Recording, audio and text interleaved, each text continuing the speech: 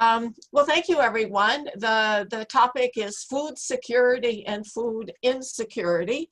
And this has always been something close to my heart because my mom and dad grew up without a lot of things, but one thing growing up was always to have food on the table. But lately, there's a definition for global food security, and that is when all people at all times have access to sufficient, safe, nutritious food to maintain a healthy and active lifestyle. So, is it available? How do you access it? Do you have knowledge of nutrition? And there are a lot of problems around the world with sanitation and water. And do you have enough food to satisfy your short and long-term needs?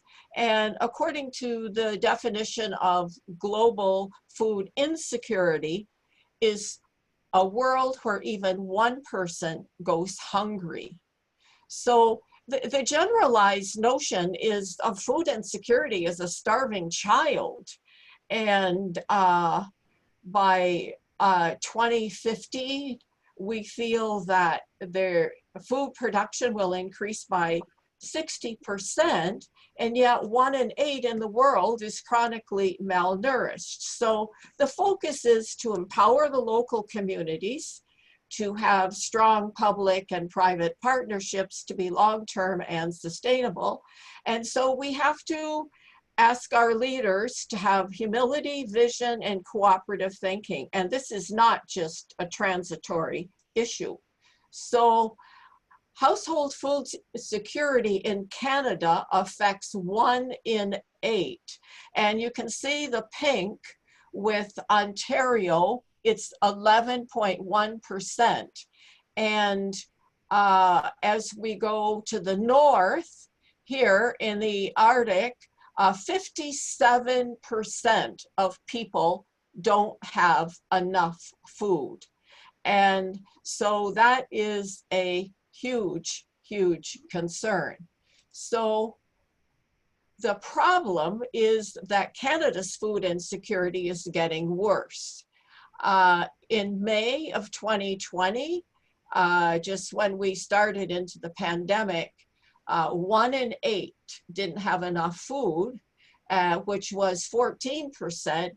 And in 2017, it was only 10%.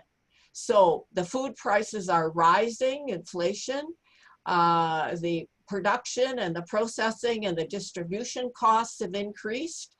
And COVID-19 has put a simultaneous a shock on the supply and demand. So we all know the rush on toilet paper, paper towels, flour, pasta, canned goods. So here in Canada and around the world, food is central to the holidays.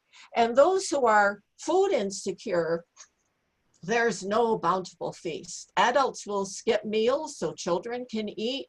They'll sacrifice quality food for cheaper, less healthy. There's the physical hunger pangs and fatigue and lacks of concentration. And for some people in a more remote areas or don't have enough, it's a question of, do I heat my home or do I eat? So what are the social impacts of this? Well, not able to invite family and friends for dinner, or you can't go to meet people for coffee or tea, and put stress and conflict in family relationships, and meals are not a happy time. So the motto for 2020 with a daily food bank is Who's Hungry 2020. So with the daily food banks, the new clients tripled among the pandemic, and it's putting more children at risk of hunger. So according to the Breakfast Club of Canada, 1 in 3 children go to school on an empty stomach, and this will continue if the crisis with food continues. So in the Breakfast Club now serves breakfast to 250,000 children across the country, and that's 30,000 more than 2015. Now, they used to meet and have a meal, but because of COVID, they can't do that. So it's called a grab and go. They have a bag and you pick it up and then you go and eat it. Now, there's an interesting program called Backpack Buddies, and it's a Vancouver-based charity that was founded to provide food for school-aged children over the weekends. So when the in-person schooling was canceled in the spring, they began providing meals during the week and over the summer. So in 2019, they served 6 meals to 1,300 children per week. In the fall of 2020, 9 meals per week were served to more than 3,000 children.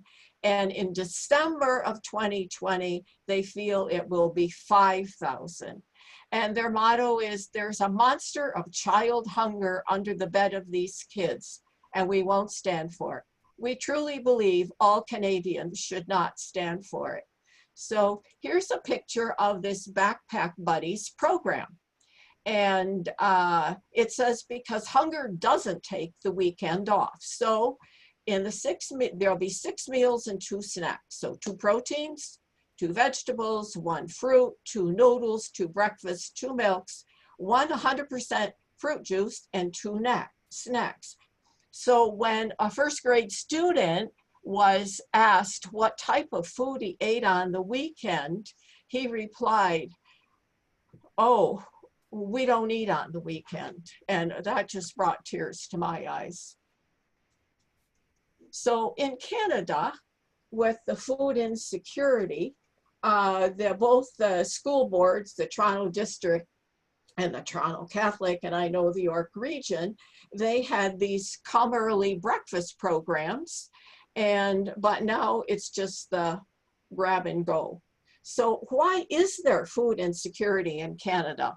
Well, it affects 1.15 million, or 1 in 6 Canadian children under the age of 18. And this has continued since 2007, and it's linked to poverty, 70% to social assistance, and 60% of households don't have their wages and salary are their main income, or their low wage jobs. One particular community that's been hit hard are the Indigenous. And the food insecurity rate for the Inuit is the highest among any Indigenous population living in an industrialized country. That's 2 in 3 children.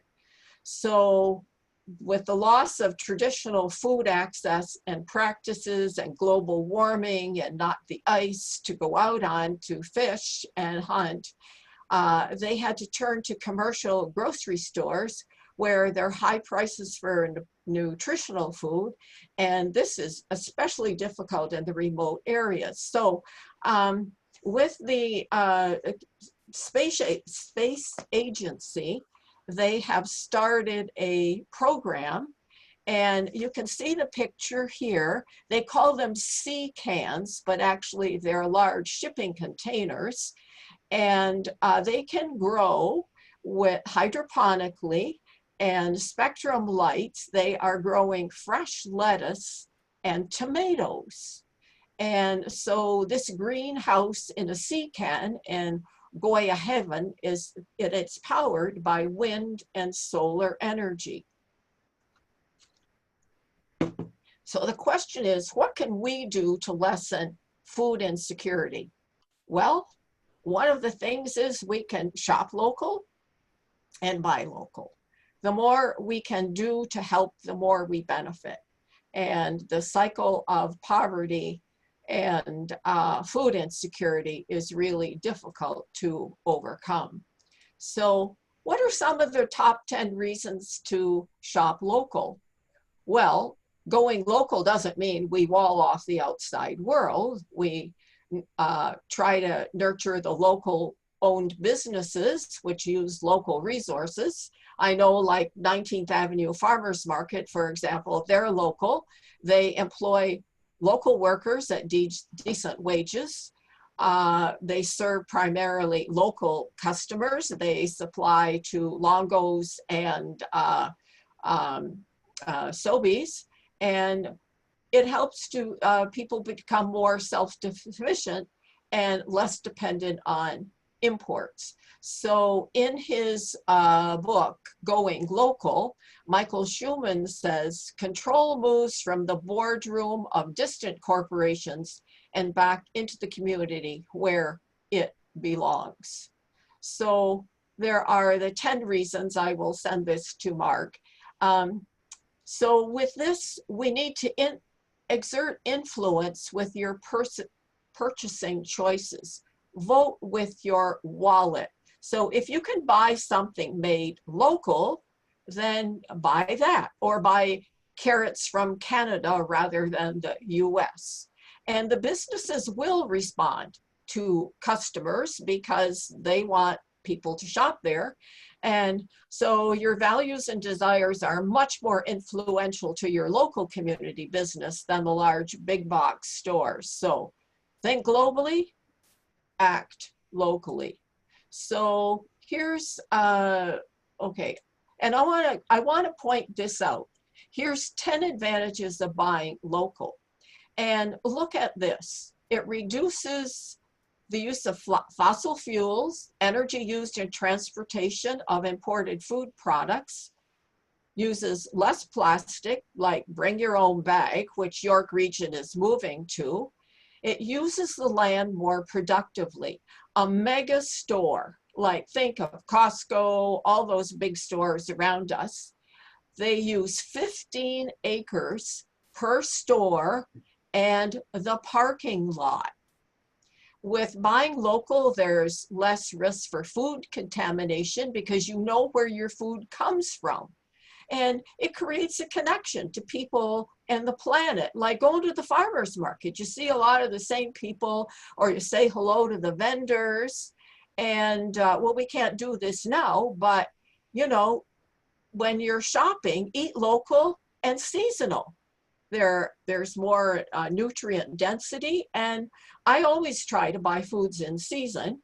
So, and eat the local, plentiful, probiotic produce, because the local nutrients have more dense soils and they're not washed and treated. So let's live up to our values. The more we do to help, the more we benefit. Now, there's a program called Food Secure Canada, and it's committed to zero hunger, a sustainable food system, and healthy and safe food. So how do we do that? Well, we facilitate dynamic, accessible information in a hub to foster democratic debate on food policy. We also want to support dynamic networks, facilitate research, enhance learning, and collaborate on food-related projects and campaign, and advocate for food policies at the federal level that reflect the priorities of Canada's food movement. Now, in April 2020, the Prime Minister announced local support for the local food banks and the local organizations to the tune of 100 million. So out of that 100 million, 50 million will go to food banks, 20 million for the Second Salvation Army, then and the Second Harvest, the Community Food Center, and 30 million to local organizations. And then the Minister of Agriculture said in 2019, there were 1.1 million visits to the food bank and 5.6 million meals were served. So the question is, in 2020, will there be enough food to feed everyone who visits? And so now we come to relieving hunger today, preventing hunger tomorrow. This past year in Canada, we shared 28,342,737 pounds of food. and that value is 74,257,971, and that equates to 21,486,607 in funds. So their motto is a Canada where no one goes hungry. Now, the York Region Food Bank, I found this, and so each month, they try to focus on someone, and so the Food Banker Spotlight is, for November, was Alex Bellotta, the Food Bank of York Region. And so they said, we're always interested in hearing more about the individuals and food banking across Canada. So they asked him, what is your role in food banking? And he said, I am the founder of the Food Bank of York Region. I started as a volunteer with another organization that was a member of Feed Ontario. And before 2012, with the support from Feed Ontario and Food Banks Canada, it rarely made it to the York Region until the organization he belonged to, Life Corps International, offered to help.